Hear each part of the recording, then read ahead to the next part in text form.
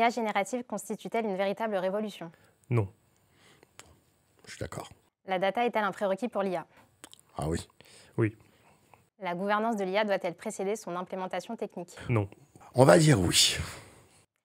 Le data mesh est-il une solution efficiente? Oui. Non. Toute entreprise devrait-elle investir dans l'IA dès maintenant? Oui. Oui. Une régulation internationale de l'IA est-elle nécessaire? Oui. Oui, à préciser. L'acculturation à l'IA concerne-t-elle uniquement les équipes techniques? Non. Non.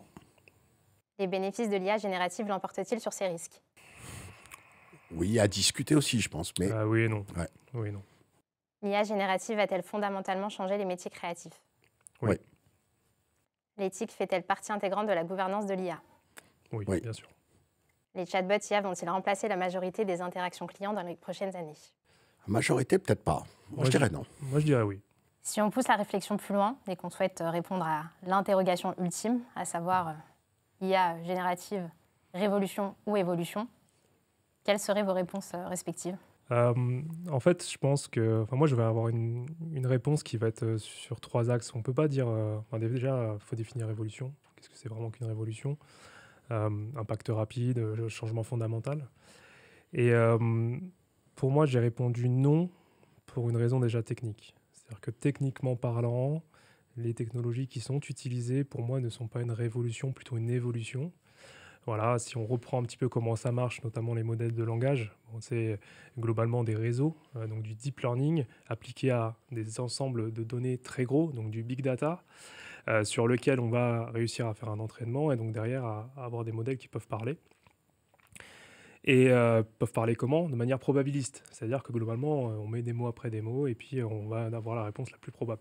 Donc sur la partie purement technologique, je pense que c'est plutôt une évolution. En tout cas, l'infra et le temps a permis de faire ça. Après, il y a la partie adoption.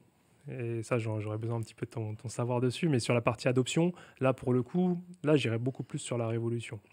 Notamment parce que, on l'a vu, ChatGPT est arrivé dans le grand public et pas non plus que le professionnel. Donc ça, quand on en arrive à ce niveau-là, c'est un besoin. Et c'est fou d'avoir autant d'utilisateurs de l'IA générative en si peu de temps. Ça, on se croirait un petit peu avec la révolution Internet, voire plus rapide que ça. Et donc là, on a la révolution. Puis je donne un troisième axe, et puis après, vraiment, j'ai envie de savoir un petit peu ce que toi, tu en penses. Moi, j'ai l'axe politique. Alors, on ne va pas rentrer directement dessus, mais au vu des impacts qu'on a, au vu du positionnement des acteurs de l'IA, qui sont potentiellement des anciens clouders, mais pas que, et de l'impact que ça a au niveau des régulations, et l'impact sociétal aussi, là, je vais aussi tendre vers la révolution. Alors, donc, d'un point de vue purement professionnel, je dirais non. Et c'est vrai que je vais un petit peu nuancer ma réponse. D'un point de vue global, on est quand même dans une époque où ça révolutionne pas mal de choses. Je sais pas... Je ne vais pas faire le boomer, mais des révolutions en informatique, j'en ai entendu parler tellement que je ne te parle pas de la révolution du Minitel. Mais on a l'impression que le terme révolution, c'est presque un argument marketing. Donc, tout devient une révolution. Et donc, je suis assez d'accord avec toi sur le fait qu'il faut prendre du recul, regarder les technologies. Un usage amélioré d'une technologie qu'on développe depuis 20-30 ans, on ne peut pas appeler ça une révolution. Alors après, dans les usages, oui, il y a eu une adoption rapide. Faut qu'on fasse très attention parce que ce qu'on est en train d'enregistrer restera sur YouTube et sur les sites web. Et peut-être que si dans quelques mois ou quelques années, on assiste à cette fameuse explosion de la bulle de l'IA où on va se rendre compte que finalement, c'était pas magique et puis ça peut pas tout faire tout seul et on a quand même besoin de l'être humain, on dira c'était peut-être pas en effet cette révolution annoncée en 2022, 2023, 2024. Donc, je crois que le terme... Et puis, je vais dire, en fait, moi, je pense que le terme révolution, on s'en fiche. C'est pas parce que c'est une révolution qu'il faut forcément en acheter plus ou qu'il faut se jeter dessus à corps perdu. Il faut le faire de toute façon, à mon avis, avec beaucoup de réflexion pour, en effet, penser aux impacts politiques, sociaux, environnementaux, éthiques, etc. On en reparlera, mais je pense qu'il y a plein de choses comme ça qui sont un peu passées sous silence, sous le prétexte de vouloir vendre. Oui, non, complètement. Là, moi, je suis d'accord aussi. Et en effet, je pense que le terme révolution, on l'emploie beaucoup trop souvent. Donc ça, c'est le problématique. Et après, au-delà de ça, quand même, on se rend compte aujourd'hui, dans l'état actuel de la technologie, et encore une fois, tu l'as dit, on est du coup fin 2024, Je pense qu'on a quand même démontré plus ou moins que ce n'est pas une révolution comme on l'entend, au vu des budgets mis en place dans les grandes entreprises et dans les petites sur ces sujets-là, et le ROI qu'on observe qui est négatif, voire très négatif. On ne peut pas attribuer quand même ce Alors, c'est une terme-là. révolution pour les professeurs de collège. Parce que de ne plus être capable de savoir si c'est bien l'élève qui a fait le devoir ou pas, et d'avoir autant d'interrogations sur est-ce qu'il a vraiment appris quelque chose, ou est-ce que... alors avant, on se posait la question, est-ce que c'est son voisin qui lui a fait le devoir, ou est-ce que c'est son papa qui a qui a fait la dissertation? Maintenant, ça devient tellement facile. Là, je pense qu'il y a une révolution dans l'enseignement, par exemple. Ah, complètement. Et puis, tu vois, moi j'ai une expérience personnelle là-dessus, puisque je donne des cours en école d'ingénieur. Et ce qui m'est arrivé, c'était très marrant, c'était l'année dernière. J'étais dans un cours sur du machine learning en Python. Voilà. Et j'ai un élève qui me dit: Monsieur, je suis pas d'accord. Bon, jusque-là, je me dis tout va bien. Je lui dis: pourquoi tu n'es pas d'accord? Parce que j'ai tapé dans le chat GPT et il dit pas ça. Et là, je me suis dit: ah, il y a quand même quelque chose. Alors, moi, je suis pas boomer, je suis trentenaire. Mais je me suis dit: ah oui, quand même, il est en train de se passer quelque chose au niveau des jeunes, au niveau des étudiants. Et il va falloir comprendre quand même ce mécanisme. Ouais. C'est le même peut-être qui va dire: ah mais si, ça j'en suis sûr, je l'ai vu sur TikTok. Oui, exactement. Ah, c'est cette génération aussi où on attend moins, on a moins envie d'attendre. Et puis nous, en fait, c'est la même chose, hein, même dans nos âges. Voilà, on veut tout très vite. Et en effet, on se rend compte, par exemple, que les modèles d'IA générative, c'est super parce qu'on peut avoir tout très vite. Au lieu d'avoir 50 modèles spécialisés, comme ce qu'on avait il y a à peu près 5-6 ans, où ça tournait. Hein. Maintenant, on a un modèle qui va faire de la classification, qui va faire de la segmentation, qui va faire répondre à des mails. Alors qu'avant, voilà, c'était vraiment un système, une solution IA pour tout. Mais au final, est-ce qu'on n'est pas en train de détruire un petit peu la qualité en essayant d'avoir quelque chose de très centralisé? On parlait de gouvernance de l'IA tout à l'heure. Est-ce que vous pouvez nous dire ce que ça recouvre exactement, la notion de gouvernance de l'IA?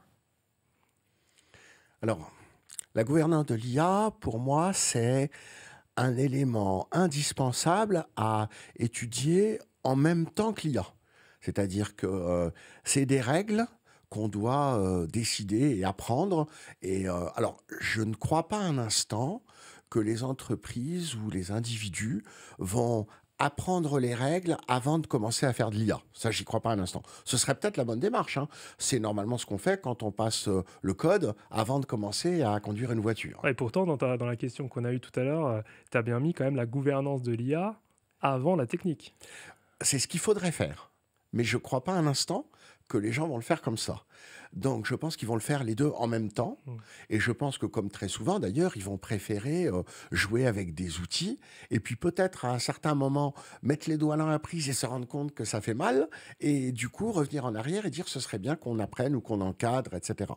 Donc, je pense qu'en effet, il faudrait, de la même manière qu'on devrait passer le code avant de commencer à conduire. Qu'on doit. On doit.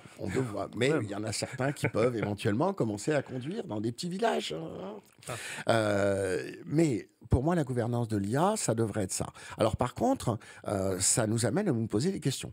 C'est quoi la gouvernance de l'IA? Pour moi, la gouvernance de l'IA, c'est l'encadrement de trois choses. Les données, les modèles et les usages. Alors, les données, on va pouvoir en parler un petit peu en détail pour essayer de comprendre pourquoi les données sont importantes. Les modèles, ça c'est vraiment ton domaine et je pense que tu pourras expliquer comment un modèle peut dériver, peut faire des choses qu'on n'attendait pas de lui. Et alors les usages, c'est le point dont on parle très peu. À quoi va servir l'IA? Est-ce que l'usage que l'on fait d'un outil justifie l'outil? Pas toujours. On fabrique des outils, ne serait-ce que par exemple des armes, avec des usages qui ne sont pas forcément les bons. Et du coup, on est obligé d'encadrer. Et on peut, dans certains cas, dire on ne va pas fabriquer cet outil-là parce qu'il est trop dangereux. On a des... un exemple, je voyais récemment une société qui fabrique des outils pour couper le gazon. Ils ont été interdits en Europe parce que l'outil était trop dangereux. Donc on sait parfois dire l'usage n'est pas bon Donc, l'outil ne peut pas être fabriqué. Et donc, je pense que pour moi, la gouvernance de l'IA, ça doit encadrer ces trois éléments-là. Les données, donc essayer de comprendre, est-ce que je mets les bonnes données? Est-ce que je risque, à cause des données que j'ai mis, de faire de la discrimination, de créer des biais, de ne pas répondre à mes règles éthiques? Les modèles, et je pense que ce serait intéressant que tu expliques en effet en quoi c'est compliqué de surveiller un modèle. Et puis, les usages, et là, il faut définir des règles, alors au niveau international, au niveau national, au niveau peut-être sectoriel, et puis à l'intérieur de chaque entreprise. Qu'est-ce que tu penses d'ailleurs? Comment tu expliquerais ces sujets sur les modèles? Oui, si on se place sur les modèles, en fait, on va avoir... En fait, la problématique aujourd'hui avec l'IA, c'est qu'on se cache un peu beaucoup derrière le modèle quand même. C'est-à-dire que le modèle dérive, mais à cause des deux autres axes que tu as cités de gouvernance, notamment à cause des données et à cause de l'usage qu'on veut en faire ou qu'on essaye d'en faire au choix. C'est vrai que le modèle, si on se concentre sur lui, aujourd'hui, et si on parle donc d'IA générative, le principal problème, ça va être l'hallucination. L'hallucination, qu'est-ce que c'est? C'est tout simplement que le modèle, on lui envoie un prompt, on lui envoie une question, et puis il va nous répondre quelque chose de probable, mais qui est complètement à côté de la plaque. Cette hallucination, le problème aussi, c'est qu'elle est très dure à détecter. Aujourd'hui, on a fait des outils qui doivent ressembler un petit peu à un comportement humain, et donc détecter un mensonge, ils le font très bien, ils le montrent très bien, hein, ça c'est sûr. Donc il y a ça. Après, il y a un autre problème qui vient des biais, comme tu l'as dit. Ça, pour moi, c'est pas un problème tellement de modèles, c'est plus un problème d'humain et un problème de data. Pourquoi c'est un problème d'humain? Parce que c'est eux qui vont entraîner les modèles, donc c'est plutôt le problème de l'entraîneur. Et puis c'est un problème de data, puisque le biais, il vient fondamentalement à cause de la donnée. Alors il y a plein de biais qu'on peut avoir, un biais de sélection, tout simplement. Typiquement ça, l'exemple, c'est vous voulez parler en kabyle avec ChatGPT ou n'importe quel modèle de langage, et il ne va pas être très très bon, voire il va être très mauvais, il va halluciner énormément, parce que le kabyle est une langue parlée, donc il n'y a pas eu énormément de données qui ont été récupérées, et les personnes se sont dit c'est plus facile de sélectionner la donnée qu'on connaît, donc ça va être d'autres langages. Après, il va y avoir tout ce qui est biais latent, ça il y a eu des grands exemples, et notamment... parce qu'on essaie de le combattre, c'est qu'il y a eu un exemple de Google sur son générateur d'images il y a un an à peu près maintenant, qui, quand on lui demandait de générer un chevalier, il ne générait que des chevalières, donc des femmes chevaliers. Et alors ça, en fait, c'est Google qui a assumé le fait d'avoir essayé de combattre ce biais latent, qui est que quand on regarde l'histoire, il y a quand même plus, à part Jeanne d'Arc, de chevaliers que de chevalières. Voilà. Et donc, en fait, ce problème-là, on le masque avec le modèle qui parle bien, qui va nous répondre à chaque fois, qui va toujours trouver une solution. Mais en fait, derrière, s'il a été mal conçu et mal gouverné, quand on a fait donc l'entraînement, donc l'humain qui a décidé quelles données on met à l'intérieur et quels algorithmes on va mettre en place, et forcément, il y a un problème. C'est là où je te rejoins sur la gouvernance de l'IA. Pour moi, c'est nécessaire. Là où je ne te rejoins pas complètement, c'est que je pense que le test est nécessaire aussi, et qu'on a tendance à beaucoup parler des choses sans les connaître, et que la meilleure façon de les connaître, c'est quand même de tester.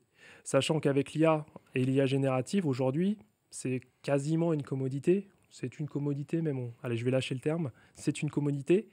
Et donc, ça ne coûte rien de tester pour commencer à se faire une certaine approche, comprendre. Mais il y a une différence entre tester et comprendre et mettre en place en entreprise. Tout à fait. Alors, je voudrais quand même prendre, pour qu'on comprenne bien, quelques exemples de risques importants. Tout à l'heure, tu parlais des hallucinations. Je reprends toujours dans mes formations l'exemple d'une question que j'avais posée à ChatGPT dans une version un peu plus ancienne, où je lui avais demandé de me donner des recettes utilisant des œufs de poule et des œufs de coq. Et il m'a fait 20 lignes sur le sujet, m'expliquant que les œufs de coq étaient beaucoup plus difficiles à trouver en magasin parce que pondus en moins grande quantité, etc., etc.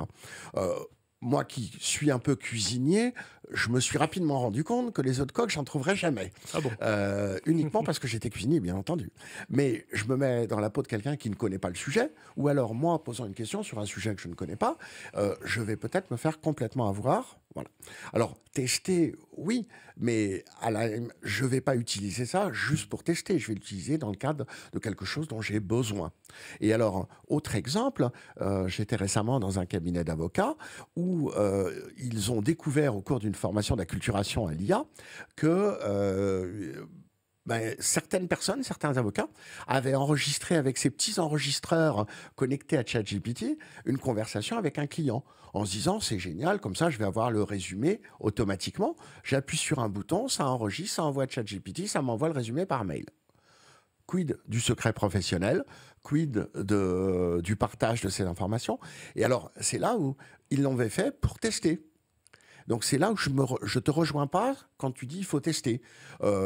Tester, mais si je teste juste pour voir sans me rendre compte des risques, bah, je risque de prendre des risques importants. Oui, alors il faut bien tester. Je vais changer ma phrase. Il faut bien tester. En effet, il faut tester sur des domaines qu'on connaît, qu'on maîtrise. C'est-à-dire que voilà, toi, avec tes œufs de poule et tes œufs de coq, tu maîtrisais le sujet, tu as pu voir le problématique. Je pense qu'il faut en effet tester sur des domaines qu'on maîtrise.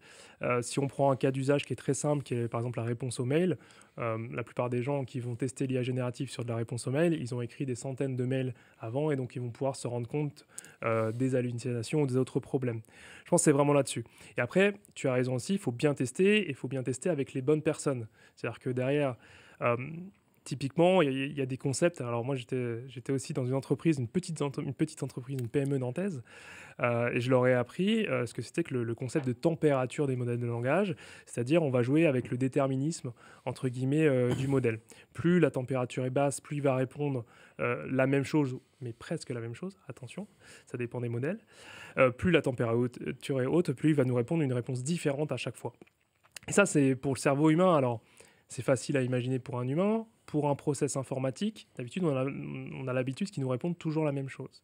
Donc, j'ai fait travailler les équipes là-dessus, puis je leur ai montré un exemple. Moi aussi, j'ai un exemple que j'adore, qui marche encore sur pas mal de versions de grands modèles. C'est de lui demander un chiffre au hasard, enfin un nombre au hasard entre 0 et 100, et en mettant une température plutôt basse. Et puis, il nous répond 42. Voilà, la réponse de l'univers, hein, pour ceux qui connaissent. Alors pourquoi il nous répond 42 ? Bah, tout simplement parce que d'une manière probabiliste, 42 est quand même plus cité que les autres. Ils me disent, bah, ça fait pas d'aléatoire, du coup, ces machines-là ? Ça fait de la probabilité. Qu'en est-il de la stratégie des entreprises autour du déploiement de l'IA et de la data ? Du coup, ça rejoint en fait, comme on disait, tester, c'est bien tester, gouvernance, c'est bien gouverner aussi, parce qu'on peut aussi faire de la mauvaise gouvernance, je pense. Je pense qu'aujourd'hui, les entreprises, elles ont compris le point de l'IA. Et grâce à l'IA générative, on arrive aussi même à aller un petit peu plus loin de temps en temps que l'IA générative, et c'est très très bien. Et donc, je pense qu'aujourd'hui, elles ont besoin de se structurer et de passer à l'échelle, entre guillemets. Et c'est là où la gouvernance dont on parlait, de l'IA, et je pense qu'on parlera de la gouvernance de la data, parce que moi, ça m'intéresse aussi d'avoir ton point de vue sur la gouvernance de la data derrière, est nécessaire. Donc, où est-ce qu'elles en sont ? Elles en sont à un stade où le test a été effectué, on a compris qu'il fallait y aller, pas forcément comment, pas forcément pourquoi non plus. Et puis derrière, il faut passer à l'échelle. Donc, le problème de l'IA, c'est que c'est des fonctions métiers qui sont touchées par des process informatiques, donc par l'IT, globalement.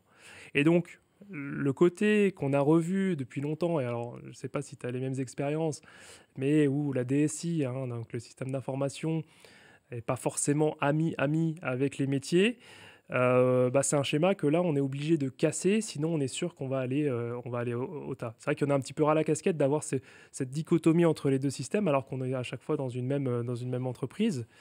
Et donc, dans cette implémentation, on est obligé de faire ça, et je pense que ça va être le point le plus dur.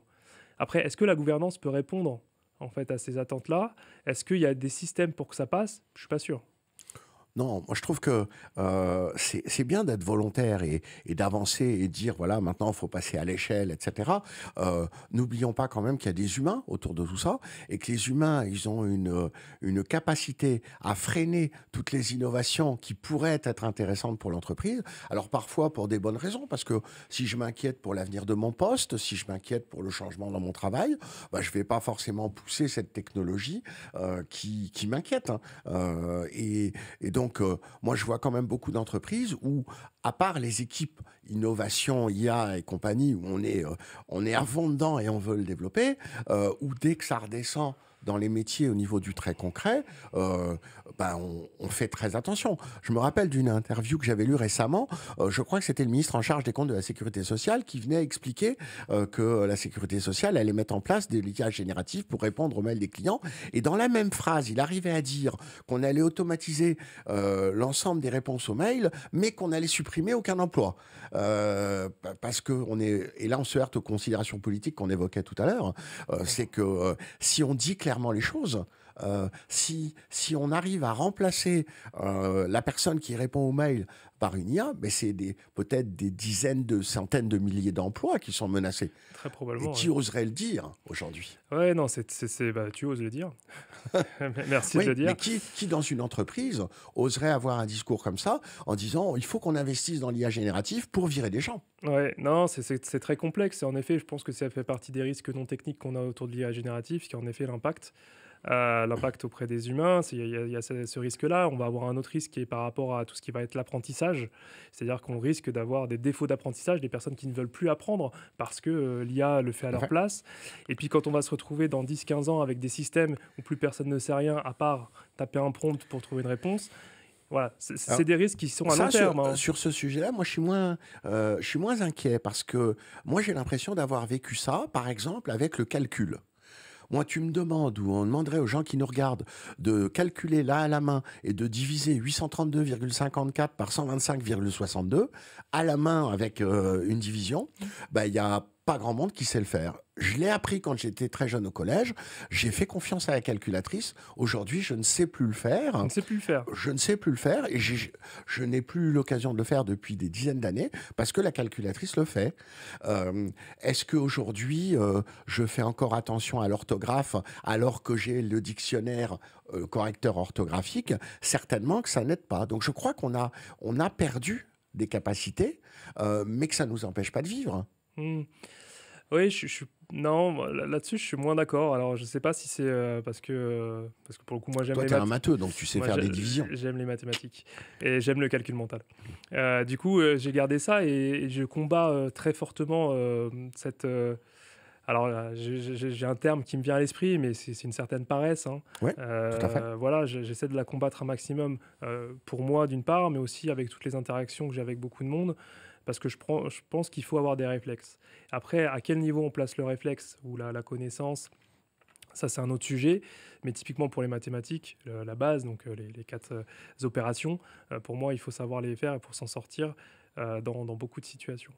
Mais là-dessus, c'est vrai que moi, ça me fait peur à mon niveau. Qu'on arrive en effet à une société où je vais réduire, je ne vais même pas parler de société parce que ce n'est pas forcément mon sujet, mais à des entreprises, ça c'est mon sujet, où on a une perte de connaissances, ou en tout cas une connaissance qui est déportée vers des enregistrements quelconques data, et où on a une perte de réflexe d'usage. Voilà, je me vois mal me dire, en face de moi, demain, j'appelle mon plombier, et il est obligé de prendre une photo pour me changer le tuyau. Vraiment, j'ai du mal à imaginer ça et j'ai du mal derrière même à me dire je vais appeler le plombier, en fait je ne l'appellerai plus. Et du coup l'impact sera encore pire, c'est-à-dire qu'on aura moins d'expertise, on aura du standard, mais le standard je suis capable de le faire parce qu'on peut être standard dans beaucoup de domaines, expert c'est plus complexe.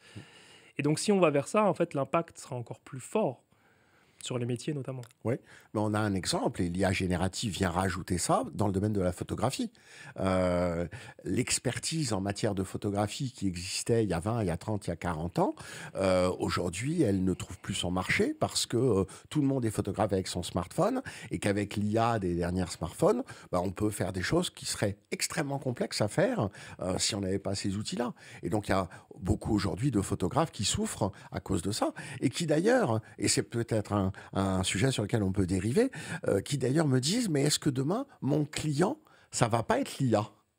Est-ce que, puisque je ne peux plus vendre de photos à des journaux, à des magazines, etc., puisqu'ils n'en achètent plus, est-ce que demain, je ne vais pas devoir vendre mes photos à l'IA parce qu'elle aura besoin de mes photos pour alimenter ses prochaines IA? Ah oui, non mais complètement. Puis en plus, ça rejoint, il y a un papier qui est sorti il n'y a pas longtemps sur est-ce que les IA s'entraînant de plus en plus sur des images générées par l'IA, ne vont pas dériver et Tout à donc fait. avoir des résultats fait. bien moins performants. Et le papier montrait que si, Oui, sur les images notamment. tout à C'est fait. très intéressant, c'est-à-dire que voilà, si on donne à manger du contenu IA à une IA, Mm. bah, elle n'est pas contente, pour Ouais. faire simple. Et donc oui, et ça rejoint sur les photos, c'est un bon exemple, je travaille pour une société de post-production. Et eux, ils vont viser l'ultra qualitatif.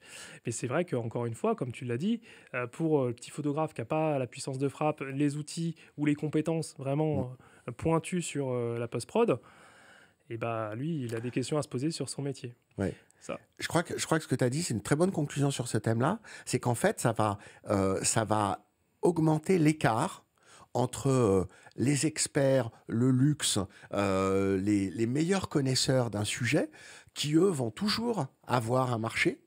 Et si je prends l'exemple du restaurant, il y a toujours des 3 étoiles Michelin, et il y en aura toujours, et il y a toujours des grands chefs, mais il y a de plus en plus de fast-food. Et il y a peut-être beaucoup de difficultés à conserver la tranche intermédiaire. C'est-à-dire que si je suis un photographe moyen, un dessinateur moyen, un journaliste moyen, un écrivain moyen, il y a peut-être plus de boulot pour moi. Si je suis un expert, un des meilleurs, je vais faire la différence. Sinon, je vais être remplacé par, en effet, un outil. Ouais. Et je rajouterai un dernier point, mais je pense que c'est très bien. Et moi, j'entends souvent l'IA va nous permettre d'automatiser les tâches à faible valeur ajoutée pour nous permettre de faire des tâches à forte valeur ajoutée. Cette phrase, elle est voilà. Déjà, la hiérarchie des tâches, j'aimerais bien qu'on me donne un petit peu la règle, voilà, pour hiérarchiser la tâche entre le barista qui me sert un café et moi-même qui vais faire des PowerPoint. Voilà, je suis pas sûr d'avoir une plus forte valeur ajoutée. Et je pense que ça va rebattre les cartes là-dessus. C'est-à-dire qu'en effet, ça va agrandir les écarts et puis ça va rebattre les cartes énormément sur cette dimension de hiérarchie de valeur et on va se rendre compte qu'en fait, des tâches à forte valeur ajoutée hier deviendront sûrement à très faible valeur ajoutée demain. C'est possible. Alors par contre, quand je vais à la Défense et je vois ces tours entières remplies de gens qui prennent des données dans une feuille Excel pour les mettre dans une autre feuille Excel, à mon avis, eux, je pense qu'il y a une bonne IA pour les remplacer. Toutes. Quel est le lien de dépendance entre données IA et plus particulièrement gouvernance des données et gouvernance de l'IA? Alors si on parle des données, on est d'accord sur le fait qu'il n'y a pas d'IA sans données. Ça, c'est très... Alors, je vais mettre un petit point quand même, pas d'IA. Alors, lesquelles IA? Ah, ok. Alors, en particulier l'IA générative, mais l'apprentissage machine non plus. On ne peut pas faire d'apprentissage machine sans avoir des données pour que la machine apprenne. Il y a un exemple quand même Ouais. qui est bien parlant, qui s'appelle le renforcement, l'apprentissage par renforcement, qui est dans le machine learning, pour le coup, l'apprentissage automatique, où on va donner... Alors, je vais prendre un exemple, ce sera plus simple. Prenez votre robot aspirateur chez vous, enfin chez toi du coup, la première fois qu'il arrive dans l'appartement, il va prendre des murs, ou en tout cas il va s'approcher des murs un peu fortement, et puis petit à petit il va connaître son environnement, il va pouvoir se diriger de manière beaucoup plus efficace. Et donc, cet apprentissage-là, c'est l'IA. En termes de données, c'est difficile à dire, mais je pense qu'il n'y en a pas au départ, ou en tout cas très peu. C'est plutôt une façon de fonctionner de l'algorithme. Je suis d'accord avec toi, mais en fait, tu viens de confirmer ce que je disais, puisqu'en fait, la première chose que fait le robot, c'est d'aller se heurter contre les murs, c'est-à-dire de collecter des données. C'est vrai, je te laisse le point. Donc, je pense qu'en effet, il n'y a pas d'IA sans données. Heureusement d'ailleurs, parce que ça veut juste dire, et je pense que c'est important de l'expliquer, que toutes ces IA, ça reste quand même des microprocesseurs avec du courant électrique qui passe, etc. Et qu'aucune IA aujourd'hui ne sait ce que c'est qu'un appartement, ne sait ce que c'est qu'un robot, ne sait ce que c'est qu'une poésie, etc. Il n'y a pas de notion de compréhension. Heureusement d'ailleurs, parce que c'est peut-être ce qui nous distingue de l'IA. Mais donc aujourd'hui, je pense qu'il n'y a pas d'IA sans données. Et donc, c'est très important dans une entreprise de comprendre que pour pouvoir, comme tu le disais tout à l'heure, passer à l'échelle et espérer obtenir des résultats, il faut des données. Et il faut des volumes de données beaucoup plus importants que dans l'apprentissage humain. Moi, je prends toujours l'exemple d'un jeune garçon ou une jeune fille d'un bébé, à qui on présente un chat, deux chats, ça y est, il a compris ce que c'était qu'un chat. Oui. Et voilà. Non, il y a plein d'exemples comme ça. Enfin, moi, j'avais expliqué, j'étais en famille, donc j'ai pu expliquer à mes parents et à mes nièces l'apprentissage et ils m'ont demandé du coup pour la donner et moi je leur ai dit regardez, l'humain on est quand même meilleur, vous m'avez mis une voiture et je dois rouler à gauche, j'y arrive. Ouais. Alors que l'IA, je ne suis pas sûr qu'elle y arrive. Si on ne lui a pas appris. Bien sûr, si on ne lui a pas appris. Exactement. Et donc là, quelque part, c'est aussi un fantastique espoir pour l'être humain. Parce que ça veut dire que l'IA à qui on n'est pas capable de fournir de la donnée ne risque pas de nous remplacer tant qu'on ne lui a pas fourni de la donnée. Mais ça veut dire que si on prend du côté de l'entreprise, si je veux développer l'IA, il faut en parallèle que j'ai une stratégie de collecte, de conservation et d'analyse des données qui soit extrêmement bien définie. Donc, je dois collecter de la donnée, donc je dois avoir le droit de la collecter, c'est important. Je dois collecter de la donnée de bonne qualité, parce que sinon, avec la donnée de mauvaise qualité, l'IA va me faire des réponses de mauvaise qualité. Donc, je dois la collecter, la stocker, je dois l'organiser, et puis la préparer ensuite pour la communiquer à ces modèles pour qu'ils puissent s'entraîner. Donc, ça veut dire que dans l'entreprise, le département IA va devoir travailler main dans la main avec le département data. Donc tu vois deux départements, data non, pas et IA. forcément.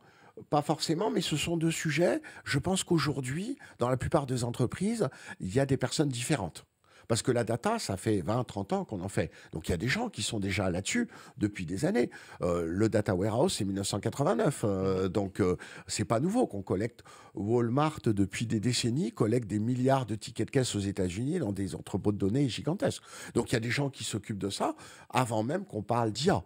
Donc très souvent dans les entreprises, si je veux passer à l'échelle, les gens qui s'occupent de l'innovation et de l'IA vont devoir aller parler aux gens qui s'occupent de ces gros volumes de données, de manière à pouvoir justement passer d'un petit apprentissage à un apprentissage en volume. Donc ça me paraît très important, et ça me paraît très important qu'on explique bien ça, qu'il n'y a pas de magie, que si demain je crée une start-up, ça c'est quelque chose qui m'intéresse beaucoup. Quand je vois des jeunes start-up qui disent « moi je suis spécialisé dans la détection des cancers à partir des données d'examen médicaux, etc. » Moi, la seule question qui me vient, mais avec quoi tu as entraîné tes données et très souvent, on s'aperçoit que c'est le vide intersidéral derrière. Hein.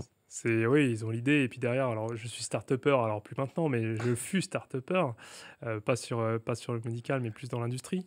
Et en effet, le premier combat, je pense qu'il est d'aller chercher les bonnes sources de données, que ça soit avec le premier client qui accepte un tout petit peu d'être le cobaye, ou avec du partenaire qui va accepter. Donc sur le médical, je pense que ça va être les hôpitaux et autres. Tout à fait. Mais je pense qu'il faut que les entreprises comprennent qu'elles sont assises sur un tas d'or qui est leurs données. Ils n'ont peut-être pas le doctorant extrême qui sait faire le modèle, mais elles ont cet atout fantastique qu'est la donnée. Et c'est pour ça que je pense qu'il faut savoir l'organiser, et puis alors il va falloir la gouverner. Et c'est pour ça que pour moi, gouvernance de l'IA, gouvernance de la donnée, ça va vraiment ensemble. Et pour moi, la gouvernance de la donnée, ce sont 3 points. C'est la connaissance, la qualité, la conformité. La connaissance, c'est l'inventaire. La quantité d'entreprises qui n'a même pas un catalogue de données pour savoir ce qu'elle a dans son patrimoine informationnel. C'est incroyable. On fait dans les formations Capgemini, les formations sur la gouvernance des données, ça fait des années qu'elles sont pleines, et à chaque fois, on a des gens qui viennent « Ah bon, mais il faudrait qu'on ait un catalogue de données, mais comment ça se fait, à quoi ça sert ?» Donc, la connaissance.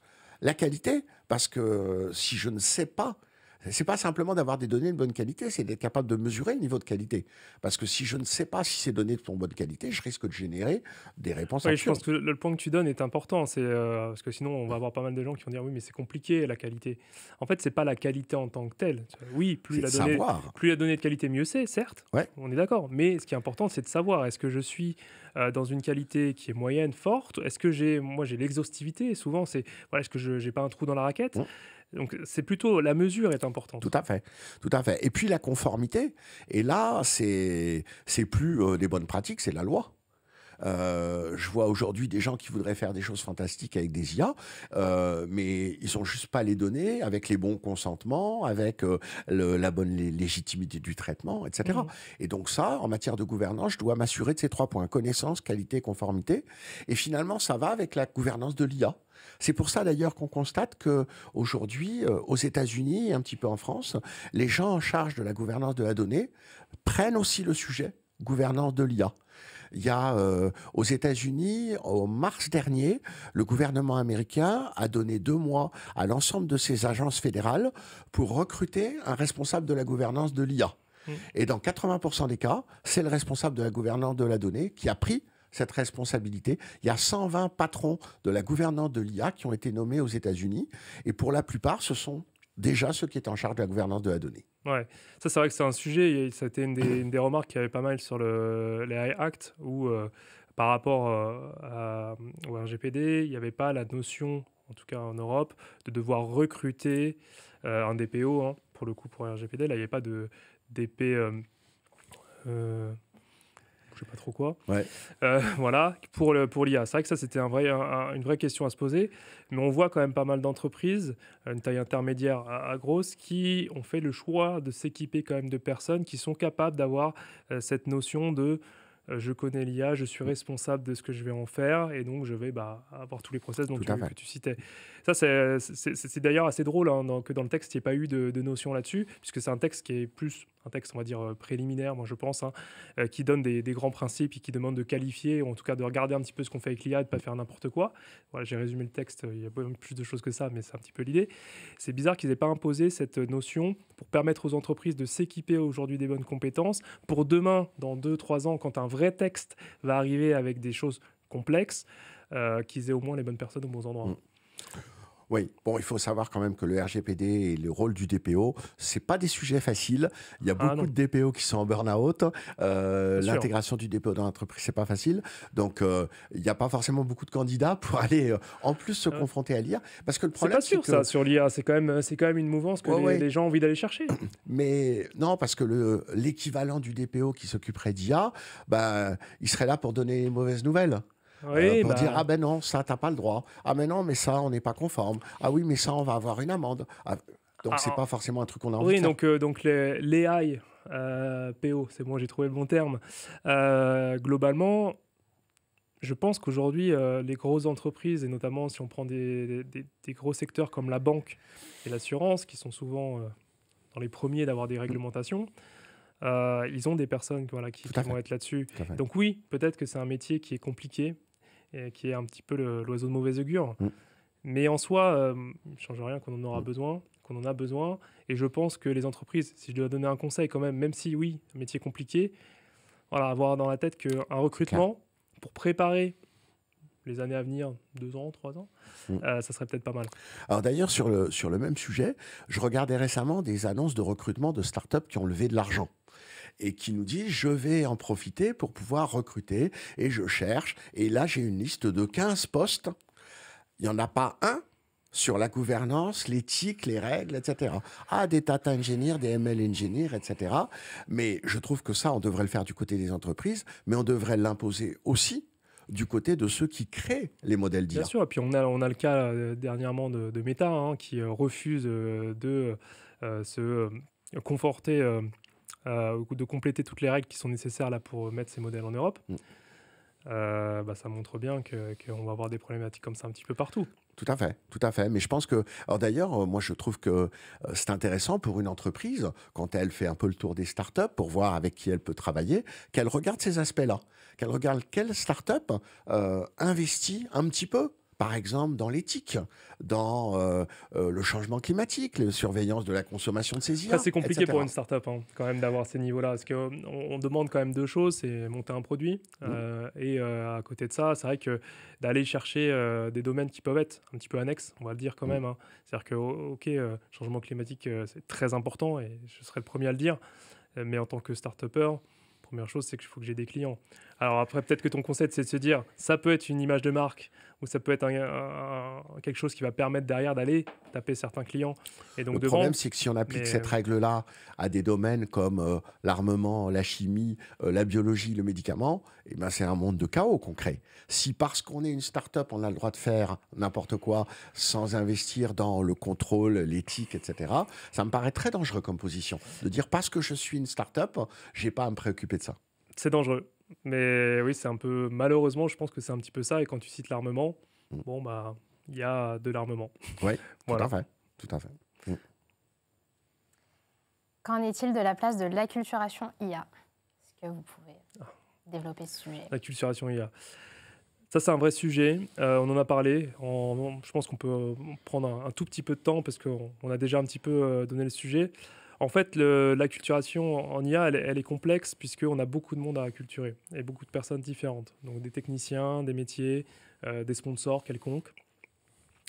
Et ce qu'on doit viser, c'est l'adoption. Voilà, c'est l'acculturation, mais pour une certaine adoption. Malheureusement, l'acculturation, elle peut déboucher sur d'autres choses.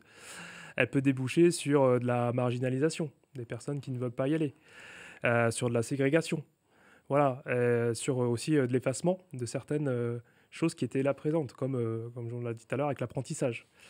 Et donc la question de l'acculturation, c'est de se dire comment je peux faire une bonne acculturation. Encore une fois, le terme bonne acculturation. Pour pas que ça soit une acculturation qui mène pas à l'adoption.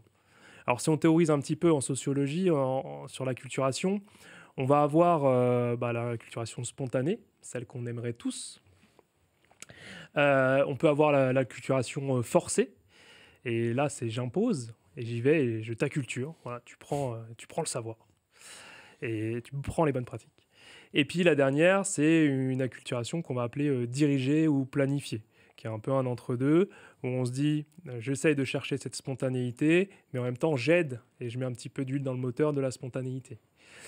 Et donc, dans l'IA, c'est compliqué parce que l'acculturation, elle se fait aussi à l'extérieur, elle se fait dans l'entreprise. Et donc, il faut réussir à trouver un mix où je ne vais pas essayer d'aller forcer les gens à accepter certains standards et potentiellement, ils en ont vu d'autres à côté puisque la connaissance est là. Et quand même à côté, je dois être dans un cadre de risque ou dans un cadre de gouvernance qui va me permettre d'aller sur du long terme.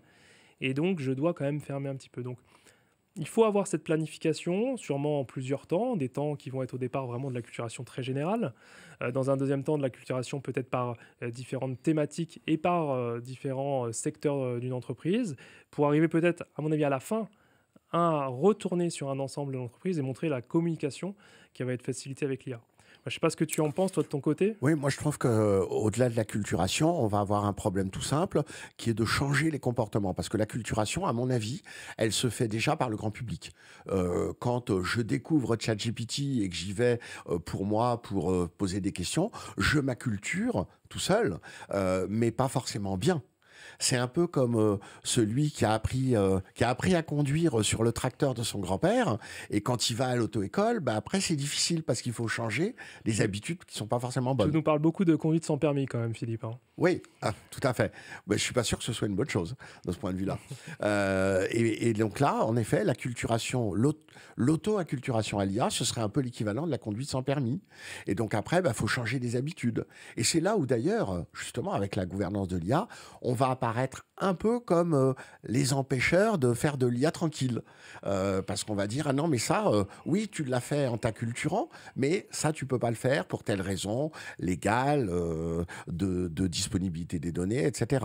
Et donc je pense que l'acculturation, ça va être peut-être un peu moins de faire découvrir, parce que les gens vont découvrir tout seuls, mais par contre de remettre dans un cadre, de remettre dans des règles pour dire, dans l'entreprise, ça tu peux faire, ça tu peux pas faire. Ouais, c'est bien dit, mais et puis il y a quand même des choix qui ont été faits dans les grosses entreprises qui étaient de tout fermer. Oui. C'est là où je pense que... Ce qui est absurde. Ce qui est complètement absurde. Parce qu'on va le faire justement à titre personnel à côté. À titre personnel, ou qu'on va essayer d'aller perdre du temps à le faire aussi en entreprise. Et c'est là où, par rapport au point qu'on avait avant sur est-ce que la personne en charge de la gouvernance de l'IA va être mal vue, je pense qu'il y a une opportunité. Notamment pour les grosses entreprises. Hein. Je ne parle pas forcément des petites boîtes où ça a été un petit peu différent. Mais de se dire, on a tout fermé parce qu'on a eu peur. Et ils ont eu raison, tort. Alors, ils ont eu tort, mais ils ont peut-être eu raison quand même.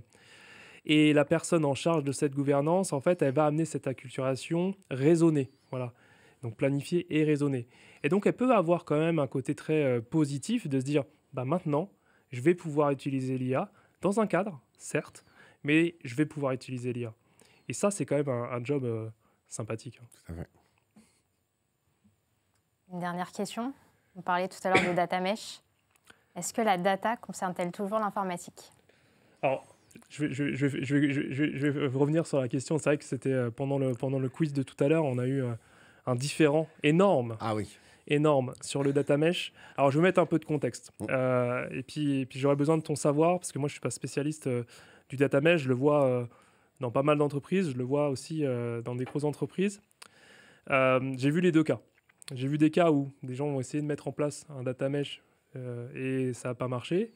Et puis, rien qu'hier, j'écoutais c'était une conférence, un meet-up chez Doctolib, où l'équipe nous expliquait que ça avait permis globalement de libérer beaucoup de choses et surtout, moi ce qui m'intéresse, d'apporter de la valeur. Voilà, c'était Data Paris Ladies, le meet-up, voilà, je les cite. Voilà, moi j'ai un ressenti sur le data mesh, et voilà, et après je te laisse vraiment la parole, mais je te donne mon ressenti juste rapidement. J'ai l'impression qu'on a essayé avec le big data de proposer des choses et on est parti sur la centralisation de la donnée. C'est dur, et du coup, beaucoup d'entreprises n'ont pas réussi. Et le data mesh est plutôt une libération, mais pas seulement une libération positive, de se dire, là, au moins, j'arrive à avancer, mais j'ai pas l'impression que ça soit forcément la bonne solution pour tout le monde. Alors, la bonne solution pour tout le monde, non, certainement pas. De toute façon, ça n'existe pas. Donc, par contre, je ne suis pas du tout d'accord avec toi parce que si on prend un peu de recul, d'abord parlons de la data. Rappelons-nous dans les années 60, lorsque la technologie de la machine à écrire est arrivée dans l'entreprise, on a créé des pools de secrétariat, des pièces avec 200 secrétaires derrière leur table, avec des patrons qui distribuaient les courriers à taper. Et puis donc dans les bureaux, lorsque j'avais un courrier à écrire, je l'écrivais sur papier, il était descendu au pool de secrétariat et on me remontait le courrier lorsqu'il était tapé. Parce que c'était une technologie, la machine à écrire, qui nécessitait une compétence et donc on l'a centralisée. Et puis petit à petit, on a décentralisé, c'est-à-dire que les métiers ont dit « mais moi je veux avoir ma secrétaire ». Et donc on a mis des secrétaires dans les métiers qui ont continué à faire la même chose, mais sauf que la machine à écrire s'est rapprochée des métiers. Et puis aujourd'hui, la plupart des cadres d'entreprise vont être capables de faire un courrier dans Word. Et ils n'ont plus besoin forcément de la secrétaire. Si on prend l'exemple du standard téléphonique, il s'est passé exactement la même chose. On est passé en plusieurs décennies, du standard téléphonique où on demande à la personne de nous appeler un numéro à « je compose une ligne directe ». Alors, je pense qu'en fait, la data suit le même chemin. Quand tu parles du big data, moi, je vais revenir un peu en arrière. Moi, je ne suis pas du tout d'accord avec ce que tu viens de dire sur la centralisation. Elle a très, très bien marché. Depuis les années 70, les infocentres, les data warehouses dans les années 90, le big data à partir de 2010, la centralisation fonctionne très, très bien. Sauf qu'elle ne répond pas à l'évolution des besoins des métiers. Les métiers aujourd'hui, et en particulier les plus jeunes générations, n'acceptent pas l'idée que, après avoir étudié, par exemple, dans une école de commerce et manipulé du tableau, du Power BI, du Qlik, fait leurs propres analyses, fait des statistiques, etc., ils arrivent dans l'entreprise et on leur dit « Ah non, monsieur, ici, la data, c'est l'informatique. Donc, si vous avez besoin d'une analyse, remplissez un formulaire, donnez-le à l'informatique, on va vous envoyer le résultat. » En tant que jeune professionnel, il dit « Mais c'est quoi cette entreprise où je ne peux pas faire moi-même quelque chose que je serais capable de faire très bien ?» Et donc, aujourd'hui, il y a ce besoin et cette envie d'un certain nombre de métiers, pas tous, on est complètement d'accord, de prendre une autonomie, une responsabilité et donc de ramener la data chez eux, dans les métiers, parce qu'il n'y a aucune raison pour qu'elle soit centralisée. Alors, juste en deux mots, pour quand même que nos spectateurs comprennent bien, le data mesh, qu'est-ce que c'est? Le data mesh, c'est l'idée qu'on va peut-être séparer le contenu et le contenant. Le contenant, c'est la sécurité du système d'information. C'est des espaces de stockage dans lesquels je vais avoir de la donnée cryptée, sécurisée, conforme, etc. Le contenu, c'est ce que je mets dedans. Et je pense que c'est une erreur que l'informatique soit en charge du contenu. C'est pas à l'informatique de décider de la modélisation d'un jeu de données. C'est au métier de dire ce qu'il veut dans son jeu de données. Et donc aujourd'hui, qu'est-ce qui se passe dans les entreprises? On a un département marketing qui veut accéder à des données du département finance. Il doit passer par le data warehouse créé par l'informatique. C'est absurde. Le département marketing doit appeler son collègue de la finance et ils vont se mettre d'accord sur le contenu d'un jeu de données, d'un data product, qui par contre va être stocké sur une plateforme intégralement sécurisée et gérée par l'informatique, qui est totalement indispensable de ce point de vue-là. Mais donc on centralise le contenant et on décentralise le contenu parce qu'on a les compétences. Et alors pour terminer, quand tu cites des exemples, en effet, aujourd'hui, des gens comme Suez, Michelin, Le Bon Coin, tu parlais de Doctolib, PayPal, GoCardless, des dizaines d'entreprises vont dans cette direction-là, sans forcément d'ailleurs utiliser le terme de data mesh, mais vers une libération de la data vers les métiers. Et donc, je pense que c'est une initiative complètement normale qui, moi, me rappelle les poules de secrétariat qui ont disparu. Oui, après, je pense que l'exemple est bon, hein, il est bien trouvé. Mais en effet, taper à la machine ou à l'ordinateur, c'est devenu une compétence de base. Oui. Je ne suis pas sûr qu'aujourd'hui, alors peut-être que les métiers ont envie d'aller chercher des compétences data ou ont eu des formations data, mais on n'est pas quand même à une compétence de base. C'est-à-dire que faire des rapports, que ce soit BI, ou faire des premières analyses, ou utiliser l'IA pour aller mettre en place un algorithme, mais de manière clic-bouton, pour moi, il y a un vrai danger, parce que tu as dit, les compétences sont là, et c'est là où, en fait, c'est passé un peu vite là-dessus, mais je ne suis pas complètement d'accord. C'est-à-dire que pour moi, il y a un vrai besoin d'avoir des compétences pour faire de la data, de l'IA, ou en tout cas de l'exploitation, de l'analyse de données au sens large. Et on a souvent mis un petit peu la charrue avant les bœufs, avec le data mesh notamment, en se disant je vais libérer et je vais donner au métier un accès à cette donnée, un accès aussi à l'analyse de cette donnée, et que ce qui a pu louper potentiellement dans certaines entreprises, que je ne citerai pas moi pour le coup, c'est qu'on avait un manque de compétences, parce que la data, ça reste quand même compliqué, et on peut faire dire... Enfin, tu peux faire dire tout et n'importe quoi à un jeu de données, tout simplement. Oui, je suis d'accord, mais tu utilises le terme de compétences de base. Ben moi, je ne suis pas d'accord avec toi. Je pense que la data est et deviendra encore plus demain une compétence de base, au même titre que d'envoyer des emails ou de... Et alors, ce qui est intéressant, tu les cites pas, mais moi, je vais les citer. Aujourd'hui, quelles sont les entreprises qui sont le plus en avance dans cette démarche-là? Les entreprises plutôt un peu technologiques, en effet. Oui, Doctolib, le Bon PayPal, Coin. Le Bon Coin, Oui, etc. et puis les tailles intermédiaires. Après, je n'opposerai pas cette optique de diffuser ou de donner accès à potentiellement à la donnée, avec pour moi les plateformes qu'il y a derrière, c'est-à-dire une plateforme de centralisation ou une plateforme qui va permettre la décentralisation, puisque la plateforme est toujours présente. Je pense que tu peux donner accès avec un dataware, puisque ça a été fait quand même depuis très longtemps. Alors les métiers changent, hein, et les ambitions changent de chacun, et la data étant quelque chose dans sa bulle, tout le monde veut en faire aussi aujourd'hui, et peut-être que ça va changer demain, hein. Moi je dis pas dans l'avenir, mais voilà, les data warehouse typiquement, ça a fonctionné pendant des dizaines d'années. Pour moi, ça peut fonctionner encore très bien. Tout à fait. Tout dépend du business. Tout dépend de la gestion de la donnée, et tout dépend des compétences. Tout à fait.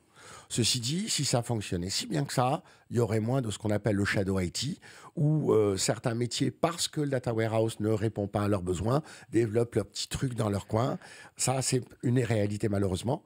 Et la décentralisation de la data... Le data mesh combat le shadow IT pour toi? Ah ben, le data mesh est une forme d'alternative au shadow IT, parce que c'est un shadow IT encadré, gouverné, avec une plateforme centrale et un département informatique qui contrôle l'ensemble de l'infrastructure. D'accord. Ouais, j'aurais pas eu cette notion-là, mais c'est intéressant. Bon, alors, parmi tout ce qu'on s'est dit, là, on a appris plein de choses à nos spectateurs, et en même temps, qui on est pour penser avoir raison. Si on se faisait un petit exercice, on se disait, mais parmi tout ce qu'on a dit, sur quoi on s'est peut-être trompé? Qu'est-ce que, à ton avis, tu as une idée là-dessus? Sur quoi on se serait trompé? Moi, je sais pas, je te laisse commencer. Moi, je me dis, mais la gouvernance de la donnée, la gouvernance de l'IA, tout le monde dit qu'il faut le faire. Et puis en même temps, quand on voit la quantité de freins qu'il y a dans l'entreprise, dès qu'il faut faire bien les choses, on a l'impression qu'aujourd'hui, on ne sait pas prendre le temps et faire les investissements nécessaires pour faire bien. Donc on fait rapide, facile, pas cher. On le voit dans plein d'autres domaines qui n'ont rien d'autre à voir avec l'informatique. Donc je me dis, aujourd'hui, moi je suis convaincu qu'il faudrait faire de la gouvernance de la donnée et de la gouvernance de l'IA, mais je vais te dire, je ne serais pas complètement surpris si dans 5 ans ou dans 10 ans, on dit, mais finalement, on a abandonné complètement la gouvernance de la donnée, de l'IA, et finalement, on s'en porte pas plus mal. Moi, je me dis, j'ai peut-être complètement tort là-dessus. Ouais, et ça poussera un petit peu comme la théorie du chaos dans les entrepôts d'Amazon, hein. Ils ont choisi ça. Alors de mon côté, c'est complexe. C'est complexe. Je pense que peut-être si je me suis trompé, c'est sur le côté pessimiste par rapport à l'évolution de la technologie. C'est vrai que j'ai résumé beaucoup l'IA comme c'est une machine, voilà, probabiliste, ainsi de suite. On ne va pas évoluer tant que ça, donc c'est pas une révolution. Et je me dis peut-être qu'en soi j'ai quand même loupé des choses et que dans quelques années je vais être surpris par son potentiel. Et notamment, on surestime souvent l'impact à court terme et on sous-estime l'impact à long terme. Et du coup, moi, je connais cet adage. Et donc, je prends un peu le contre-pied. Mais en fait, je me trompe peut-être. Il y a peut-être vraiment, dans 3, 4, 5 ans, et c'est vraiment demain, une IA qui va révolutionner quelque chose. Et on n'a pas parlé de changement climatique, mais je voudrais en dire 2 mots. Moi, je trouve que c'est peut-être un sujet qu'on n'aborde pas assez. On voit des études, le fait de faire clic sur ChatGPT pour poser une question, ça coûte. Ça coûte en carbone, ça coûte en eau, etc. Est-ce qu'on peut se permettre aujourd'hui de jouer avec ça? Ou est-ce que finalement, à force de dire que l'IA, ça va être génial, on va pas aller vers une catastrophe totale parce que on ne saura pas limiter notre consommation? Ouais, c'est un peu triste de finir par ça, mais donc tout ce qui va être théorie de l'effondrement, hein, globalement, et l'IA accélérant cette théorie de l'effondrement, je pense que c'est un sujet, en effet, qui est clé. Et je pense que les générations qui sont les nôtres aujourd'hui et les générations futures vont devoir s'en préoccuper. Donc, il faut s'en préoccuper pour éviter que ça arrive, l'effondrement. Exactement.